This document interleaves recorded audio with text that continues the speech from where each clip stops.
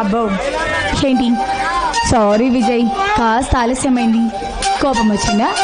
అయినా నీ కోపం ఎలా తగ్గించాలో దానికి ఉపాయం నా దగ్గర ఒకటి ఉందిగా. ఏమిటది? ఇలారా చెప్తా, దగ్గరికి రా.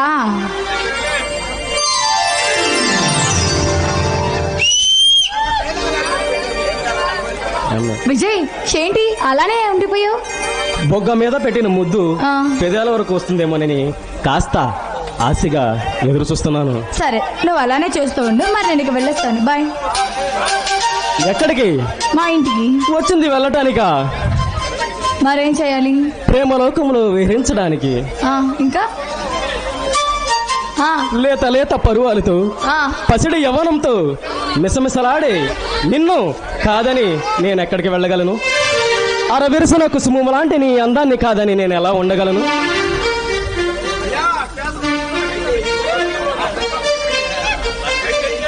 అయితే ఇప్పుడు ఏం చేయాలనుకుంటున్నావు? నీ హృదయంలో నా హృదయం కలిపి ఈ స్వర్గలోకపు అంచులు చూడాలని ఆరాటంగా ఉంది డియర్.